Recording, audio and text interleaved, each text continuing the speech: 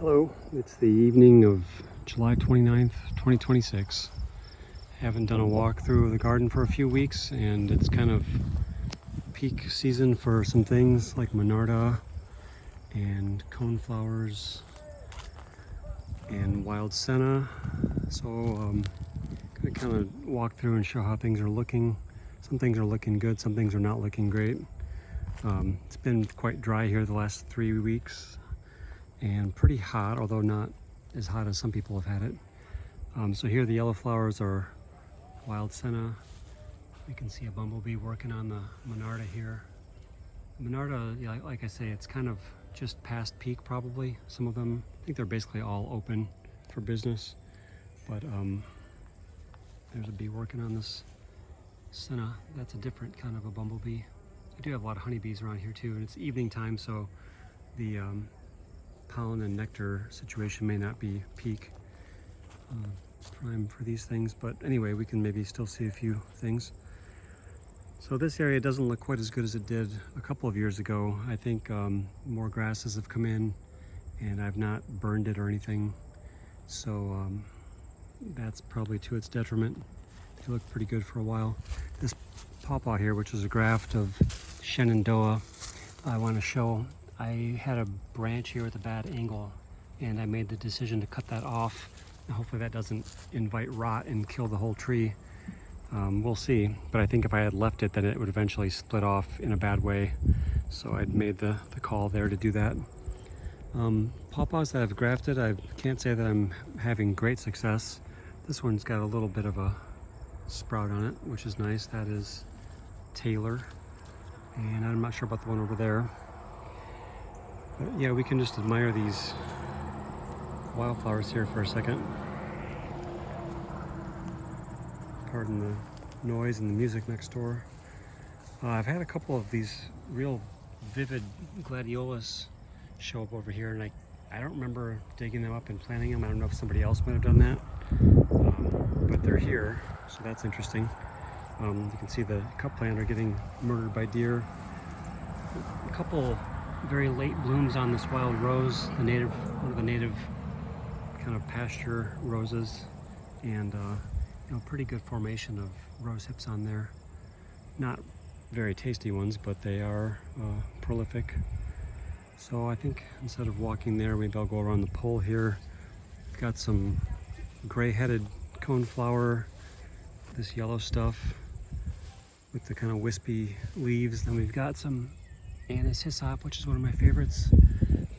This dead-looking thing here is an autumn olive that died. It's got a little resprouting, so hopefully it's not totally dead. We'll see if that's true to the cultivar. I think it was grown from a cutting probably, and not grafted. So hopefully it'll come back true to whatever it was, the amber cultivar. So here we've got some cool rock and roll music and some gorgeous echinacea. See if we can kind of move on beyond the audio range here. I don't want to get YouTube banned for the Highway to Hell. More gray-headed coneflower. And the brambles are about done for the season. It was an okay season for those. There's no one of these gladioli. We got a couple of early goldenrods that are flowering already. And this little mass of downy sunflower, it's probably 100 square feet now. Pretty cool to see. That is just about to pop any day now, any minute. The tansy is kind of starting its weird flowers. Here's an early type of goldenrod there. And yeah, I want to get away from this music. I don't really want that showing up in the video and getting banned or something for that. Stupid crap. Sorry. Can't choose your neighbors. Here's a graft of persimmon that is growing, and that is H118. And I'm going to cut this bigger overstory persimmon off probably to focus the growth to that graft. And got a bunch of grapes, unless the deer have eaten them all already. Maybe the deer have been eating them. There were a bunch of green grapes on this. Oh, here's some. This grapevine. This is a wild fox grape, and it looks like the old Hochberg elderberry had a pretty low fruit set here. There's no other pollinator nearby for this elderberry, and it's kind of a late flowering one, so maybe that explains it. But here's the kind of ocean of Monarda in my former vegetable garden here. Pretty inviting if you're an insect. Now I don't want to walk, I'm not going to walk over by my other pawpaws because I don't want to get more of that music in the background in the conversation. So we'll cut that part out for today. And we'll walk over here. Pretty low fruit on most things this year. Other than the brambles, I can't say it's much of a fruit year for anything. My bigger apple trees over here had some fruit, but like pears, almost nothing, peaches, nothing, plums, nothing, cherries, nothing, zero. So let's try not to get super lens flare here, sorry for the time of day. So I've done some mowing. You can see I remowed the path here within the last week. The riding lawnmower, that's nice. That's a luxury to have that. Here's an orange cat. I don't know who's, a lot of cats in the neighborhood here. I like cats, but don't know who this one belongs to with a little white tip on the tail. But I do have to remow this path soon because it's got lots of little blue stem growing up, and little blue stem's not my favorite thing. Sorry, kitty, I'm not gonna harm you. I'm just doing my tour. You're cute though. Sea buckthorn. Don't really see much in the way of fruit happening. This is an elusive species for me. I've not had good luck with it. Last year there were maybe a dozen odd little strange sour fruits on there. Let's see if we can get into this without super aggravated lens flare. This wildflower garden doesn't look as good as it has some years because it's being encroached on upon by grasses, big blue stem grass. You can see the seed heads of that kind of against the darkness there, and also some sumac and some black locust, and the latter two are easy enough to deal with.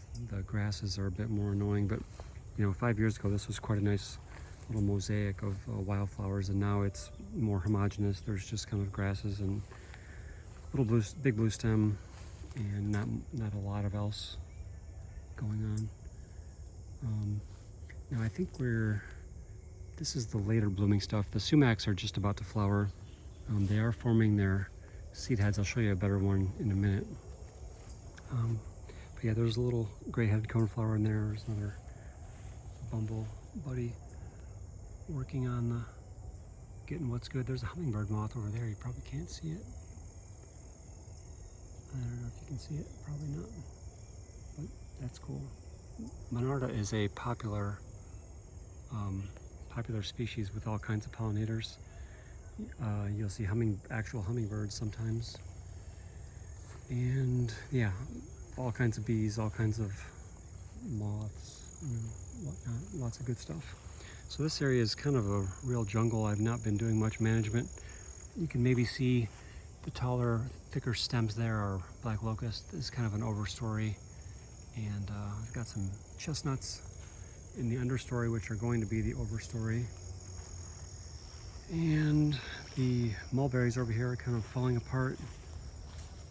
Speaking of mulberries, here's my Illinois everbearing that's been climbed upon and chewed up many times by the groundhog. So it's trying to regrow some leaves, but so far it's alive, which is about the best thing I can say about it. Hopefully it won't die. Chestnuts, here's my biggest, tallest one, timber chestnut. They look okay. I don't know, the leaves have some issues, as they always do. You know, little tatty. The ground is kind of covered with the remnants of these male catkins. So those are starting to form their little burrs, and you can see that more so on these chinkapin chestnuts, which is coming up in a second. So yeah, this area is getting pretty thick and fairly shaded. This Chinese chestnut, not seeing much in the way of burrs on that, but it's a little early in the season still. Although I feel like this is a year that is not going to be heavy fruiting for a lot of things. So as we come over here, this chinkapin, you see there's a few little burrs on there. And so yeah, they're more obvious on this species. So this beautiful, sorry for the swinging camera, beautiful swamp white oak is growing like gangbusters. The few persimmon grafts I have here are growing okay. Kind of been, I put some mulch down around them, I think maybe before the last video. My grafts of buds onto these pecan trees are not showing any promise yet. That's kind of a bummer. I'm thinking most of them failed, but time will tell. So yeah, the winged sumac here is kind of getting its flowers ready to go. Within a week, I would say those will be lit up, and those will be very, very popular with all kinds of bees and insects. That's a pecan I cut the top of and tried grafting a bud onto. But yeah, I can't point to any of these pecan grafts that I've done and say that they're a success because there's not really any evidence of that yet. No, this one, yeah, there's kind of a gap next to the buds, like the bud part shrank and the wood expanded, or maybe just I don't know, something happened. There's not, the sides are not meeting up like they should. The mulch there of that deer tongue grass stuff, I'll probably have to do another cutting of that soon. A couple more pawpaw grafts over here. This is Tollgate, and nothing really showing on that one. I did just see, and these were done, 3 weeks ago or something, around the 4th of July, I want to say.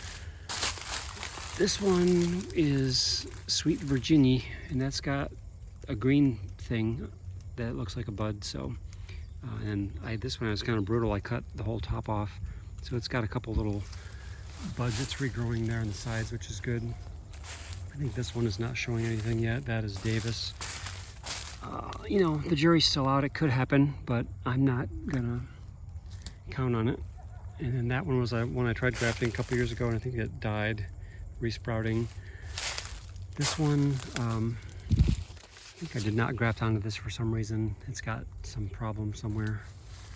So that's that. So that's how the pawpaws are looking. I've been putting down some more mulch. You can see the older stuff there, some newer stuff here, some sumacs I had to trim out of the right-of-way. This pawpaw looks good. No fruit that I can see this year. I wouldn't imagine I'm going to have any pawpaw fruit, and from the looks of it, I'm not going to have any persimmon fruit either. Like I say, it's just not going to be much of a fruit year at this garden. Now, nuts, I do have some hazelnuts that look pretty good. So, the hazelnuts are, like I've said in another video, maybe my only very, reliable crop, or mostly reliable crop.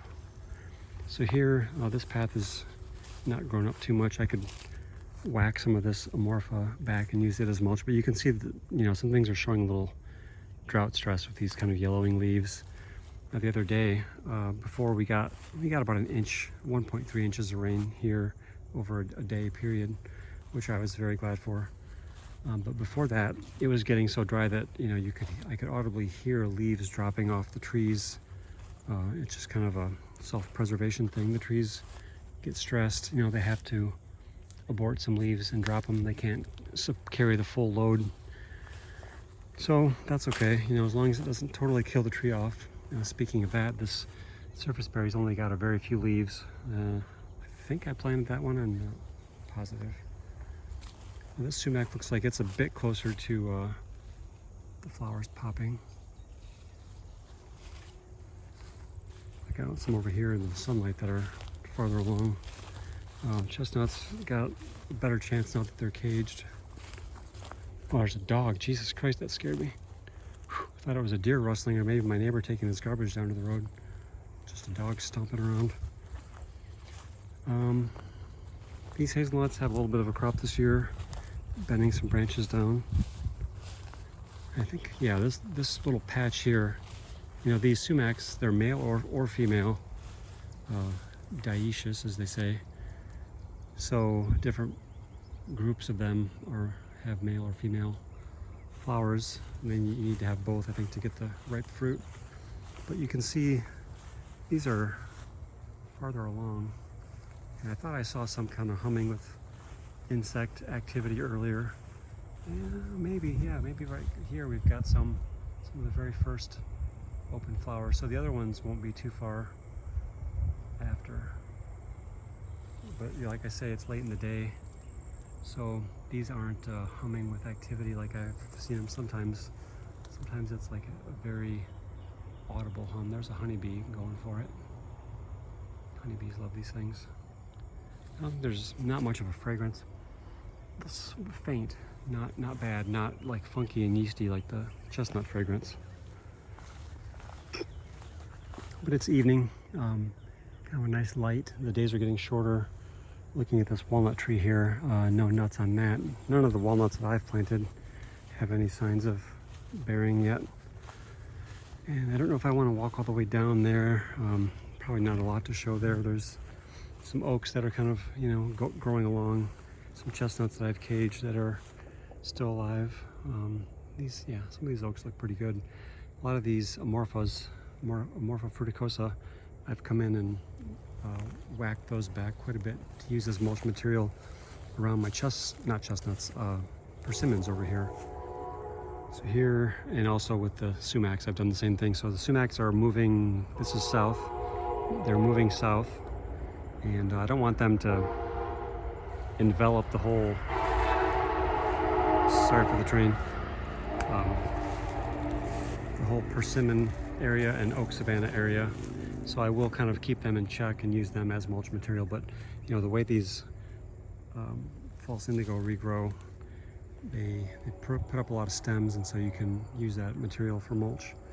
And so earlier I think I was a little more optimistic about my persimmon grafts. I've still got a good number that have taken, or appear to be taking, but there's a few that have kind of started and then petered out. This one that I did a really high graft of deer candy at about 7 feet. That's got some good growth on it, and that's out of the deer nibbling range. So letting these lower branches grow is good, because then you don't want a lollipop shaped tree. That is very prone to breaking off and wind damage. Sorry for the crunchy leaf sound. This is Dollywood. I got decent growth on that one, about 8 inches I'd say. And again, encouraging some lower branching so that you don't have lollipop shaped trees. And then a couple ones, small ones that I grafted very close to the ground, I just put these cages on. This is a small little stick I grafted onto. That was a whip graft of Elmo H118, I think is the designation there. And this one, the tag's already blown off, so I did make notes. This one's grown over a foot. That's pretty nice. I just put this cage thing on here to protect it. But yeah, this tag material is brittle and doesn't last. So take good notes, take photographs, and then even if you take photographs, things change a lot over a season or more. That's 100-45. That one's growing okay. Gave it a cage. This one is 100-46. It's growing, got 3 nice sprouts, and actually they're this one's bending over. But yeah, some of these that are a little bit more in deer range will have to get some protection. Now some of the ones, like I say, they started and they failed. So this one had some buds that popped out and then they kind of didn't keep going. That was deer candy again. So we'll let that regrow from the base and try again next year. If that's in a good place to have a graft. Here's another candidate right there. So the root sprouting habit of persimmons gives you kind of, some options with your orchard layout. If you don't like where one is growing, you can let a root sprout grow up, and it might grow a few feet in 1 year if it's well established. This one here, 100-46, another 8 inches of growth on that one, about face height, and some lower branches again. This one, Moneymaker, Donald Compton Moneymaker. So that's, kind of a small stick that was grafted there, pretty slim diameter, and it's growing on the south side of this unknown male or female tree here with beautiful dark glossy leaves. So if this takes, this one may get cut down, into favor of the graft. That little one there is Just gave this a cage. This is Elmo because the deer nipped off the top. Maybe you can see that. And then this one here is DEC Autumn A2. It's got one bud going. It looks like some kind of a bark inlay deal. And here's my bird perch. So, you know, please, gambare. This one over here looks like it did not take. The cyan looks dried up. That was Celebrity. That was last year's cyanwood, so it was probably, you know, not going to make it to begin with. This little weird regrowth is because deer have been browsing, I think. Maybe I pruned it, but probably deer. This one had flowers. I thought it was maybe a female, but this is definitely a female here, and I don't see any fruits on that this year, so I'm thinking it's a no persimmon year, even though we did not have frost after the flowers. The flowers are late, they're, you know, like June. Here's Hershey Fruit Dump. Got a little, just a bud. That was a, what do they call that? The bark inlay barn door graft. That was my first barn door graft, I think. And that, you know, that'll be the kind of a alternative leader for this tree. This tree, I don't think I know if it's male or female. That one did not take whatever it was. So yeah, I'd say maybe a third at least are not taking. That one over there did not take. This one here is tentatively taking. Let me not trip over my own logs here. This is Donald Compton Goliath. Again, a pretty skinny piece of cyanwood there. And here we have another one next door. So probably if this starts growing, maybe I should just go ahead and cut this other one down. If they are the same plant, it'll focus more energy. So this one here failed. This one I think probably had bark. Sometimes they have like bark issues low down. That was last year's sign anyway, that's why it failed. So let this sprout regrow and then have another chance next year. Here's just a wild black cherry that's growing in the middle of the persimmons, just to give some structure and also more mulch material. Speaking of, there's more morpha and some other stuff that's been laid down. Now this one here I've been trying to water and actually peed back here a few times, trying to give some nitrogen to this Gordon, I think is the graft, because it's got a bark inlay that hasn't healed over very satisfactorily, and I want that to heal over ASAP. So not a real strong grower, but trying to get that mended up. This I-94 graft did not take. That was probably last year's wood. That little one down there is not taking, maybe bark damage around the base. This one is taking with a pretty strong sprout. This is Dollywood, and man, pretty good diameter on that growth. So at some point I may have to take this bird perch off because I could be girdling this a bit with that tape. Got to be mindful of that sort of thing. But yeah, we want to have some lower branches to counterbalance the top growth. Like this one, I've cut this back many times. This is Proc, and you know, it was growing so vigorously that I had to keep chopping the top off.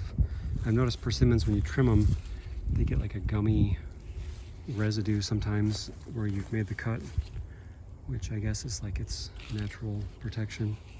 But pretty nice leaves on that. And that one over there I think did not take.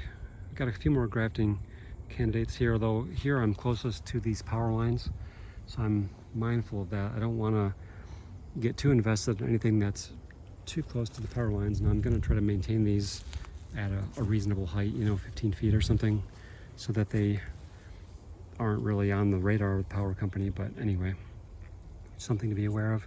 This is DEC Wannabe number 3, and that's got a good 10 inches of growth maybe on it, and 2 buds and maybe a third that's going to take, so that's cool. And that was a graft from last year. This graft is not making it. This is again last year's cyan. Probably should know better than to try that again. Even if it looks kind of green, probably not going to work out. This one is Barbara's Blush, and got 2 or 3 nice buds taking on that. And that's grafted at about 5.5, 6 feet. And we've got a sprout growing here. You know, this thing may want to overtake the and become the new leader, so I pinched it off. And I also try to kind of bend these out when they're supple to give them a better branch angle. You know, like this is a good branch angle here, but when you get one that's you know, a really acute angle, that's not great, and it could lead to snapping off later. So here we have another candidate for grafting next year, and we have lots of candidates for grafting next year. So we're gonna order a lot more cyan wood, and I don't know if it's worth, you know, waiting 10 years to see who's male and female. Even if I graft some things, you know, if I'm grafting them higher, the lower branches will, you know, ostensibly fruit sometime. So, you know, I don't necessarily have to wait the whole time to see. So that's probably about most of what I'm going to show today. We are 25 minutes in. Yeah, I mean, it's been not a terrible growing season, not an amazing one, but you know, what can you do? You just have to deal with what you get. Pretty good crop of hazelnuts on some of these. They've been bending over, and actually I cracked one out the other day and was surprised that the nut was almost, look at this crazy wasp. The nut was almost filled. It's kind of got some blue coloration to it. Very pretty.